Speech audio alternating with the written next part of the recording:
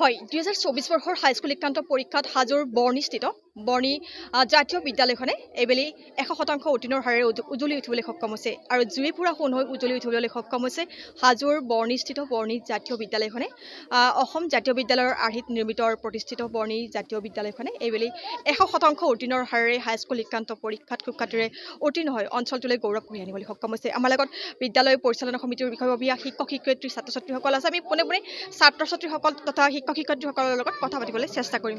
Sir প্ৰথমতে কি ক'ব? হয়, আমাৰ এই বিদ্যালয়খনৰ পৰা আমাৰ এইবাৰ যোৱা শিক্ষান্ত হাইস্কুল পৰীক্ষাত 100% উত্তীৰ্ণ হৈছে আৰু তাৰ কাৰণে আমি সঁচাকৈ আনন্দিত। আৰু লগতে আমাৰ লগত যি জড়িত আছে আমাৰ অভিভাৱকখিনিয়ে আমাক যথেষ্টখিনি সহায় কৰিছে আৰু আমি তেনেকুৱাকৈ আমাৰ ছাত্ৰ ছাত্ৰীখিনিক আগুৱাই লৈ আজি এই হাইস্কুল শিক্ষান্ত পৰীক্ষাত উত্তীৰ্ণৰ ক্ষেত্ৰত আমি বহুতো আনন্দিত হৈছোঁ। কিমান ষ্টুডেণ্টে মানে এপিয়াৰ কৰিছে? 27 গৰাকী এপিয়াৰ কৰিছিল আৰু তাৰ ভিতৰত 27 গৰাকীয়ে উত্তীৰ্ণ হৈছে। এজন ষ্টাৰৰ সৈতে আমাৰ বাকী কেইজন মানে কি প্ৰথম বিভাগত উত্তীৰ্ণ হৈছে 8 গৰাকী আৰু বাকী কেইজন ছেকেণ্ড ডিভিজনত উত্তীৰ্ণ হৈছে। হয়, নিশ্চয় ক'ব লাগিব যে ছাত্ৰ ছাত্ৰীসকলৰ এই সফলতাৰ আঁৰত শিক্ষক শিক্ষয়িত্ৰীসকলৰ অৰিহণা নিশ্চয় অপৰিহাৰ্য আৰু অনবদ্য অৱদান বুলি ক'ব লাগিব। আমি আৰু আছে শিক্ষক শিক্ষয়িত্ৰী, আমি কথা পাতিবলৈ চেষ্টা কৰিম। হয়, প্ৰথমে আপোনালোকৰ চেনেললৈ আমাৰ ফালৰ পৰা আন্তৰিক অভিনন্দন জ্ঞাপন কৰিছোঁ।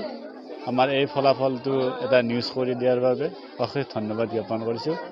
আমাৰ এইবাৰ 27 জনে পৰীক্ষা দিছিলে, তাৰে এজনে ষ্টাৰ নম্বৰ লাভ কৰিছে, কেইবাখন ছাবজেক্টতো লেটাৰ পাইছে আৰু প্ৰথম বিভাগত কেইবাগৰাকী উত্তীৰ্ণ হৈছে, ছেকেণ্ড বিভাগতো কেইবাগৰাকী উত্তীৰ্ণ হৈ 100% আমাৰ এই বিদ্যালয়ৰ পৰা ছাত্ৰ ছাত্ৰী উত্তীৰ্ণ হৈছে। এই ছাত্ৰ ছাত্ৰীৰ সফলতাৰ আঁৰত বিশেষকৈ আমাৰ শিক্ষক শিক্ষয়িত্ৰী, অধ্যক্ষ মহোদয় আৰু কমিটিৰ যি ছাৰসকল যথেষ্ট অৰিহণা আছে। শিক্ষক শিক্ষয়িত্ৰীয়ে যথেষ্ট কষ্ট কৰি, আনকি বন্ধৰ দিনতো কষ্ট কৰি ছাত্ৰ ছাত্ৰীৰ ঘৰত গৈ ফালেও শিকায়, ইয়াতো পাঠদান কৰায় আৰু ছাত্ৰ ছাত্ৰীৰ নামত শিক্ষক শিক্ষয়িত্ৰীৰ যিটো যথেষ্ট কষ্ট সেইটো লেখত ল'বলগীয়া। আৰু কিছুমান এনেকুৱা ছাত্ৰ ছাত্ৰী আছিল বা ৰিডিঙো মাতিব নাজানে, কিন্তু সেই ছাত্ৰ ছাত্ৰী আজি আমি এই 3-4 বছৰ কষ্ট কৰি তেওঁলোকক আমি ভালকৈ পঢ়ুৱাই তেওঁলোকে প্ৰথম বিভাগতো কেইবাগৰাকী উত্তীৰ্ণ হৈছে। আমি যথেষ্ট আনন্দিত হৈছোঁ।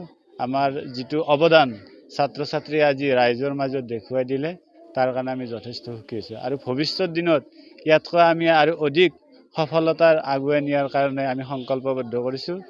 শিক্ষক শিক্ষয়িত্ৰীয়ে ছাত্ৰ ছাত্ৰীৰ কাৰণে যিখিনি সহায় সহযোগিতা কৰিব লাগিব সেইখিনি যথেষ্ট কৰিব, এইখিনি আৰু। নিশ্চয় ক'ব লাগিব জাতীয় বিদ্যালয় কি কৰিব নোৱাৰি। জাতীয় বিদ্যালয়ৰ নিষ্ঠা, একাগ্ৰতা, আত্মবিশ্বাস থাকিলে যে পৃথিৱীত অসম্ভৱ বুলিবলৈ একোৱেই নাই। সেয়াই যেন বৰ্ণি জাতীয় বিদ্যালয় পুনৰবাৰ প্ৰমাণ কৰি দেখুৱাই দিবলৈ সক্ষম হৈছে আৰু অসমীয়া বিভাগত সৰ্বোচ্চ 93% মাৰ্কছ লৈ উত্তীৰ্ণ হ'বলৈ সক্ষম হৈছে এইখন বিদ্যালয়ৰ ছাত্ৰী। আৰু সেই ছাত্ৰীগৰাকীক ছাত্ৰ লৈছে আৰু ছাত্ৰী হৈছে। তেওঁক শিক্ষাদান কৰা শিক্ষয়িত্ৰীগৰাকী আছে আমাৰ লগত, আমি কথা পাতিবলৈ চেষ্টা কৰিম। পোনপ্ৰথমে মই নিজকে মানে সৌভাগ্যৱতী বুলি ভাবিছোঁ যে মই বৰ্ণি জাতীয় বিদ্যালয় এই অঞ্চলটোৰ মানে এগৰাকী মানে অসমীয়া বিভাগৰ শিক্ষয়িত্ৰী হিচাপে আমাৰ 2024 বৰ্ষৰ হাইস্কুল শিক্ষান্ত পৰীক্ষাত 27জন ল'ৰা ছোৱালীয়ে পৰীক্ষা দিছিল আৰু খুব উত্তীৰ্ণৰ হাৰ 100%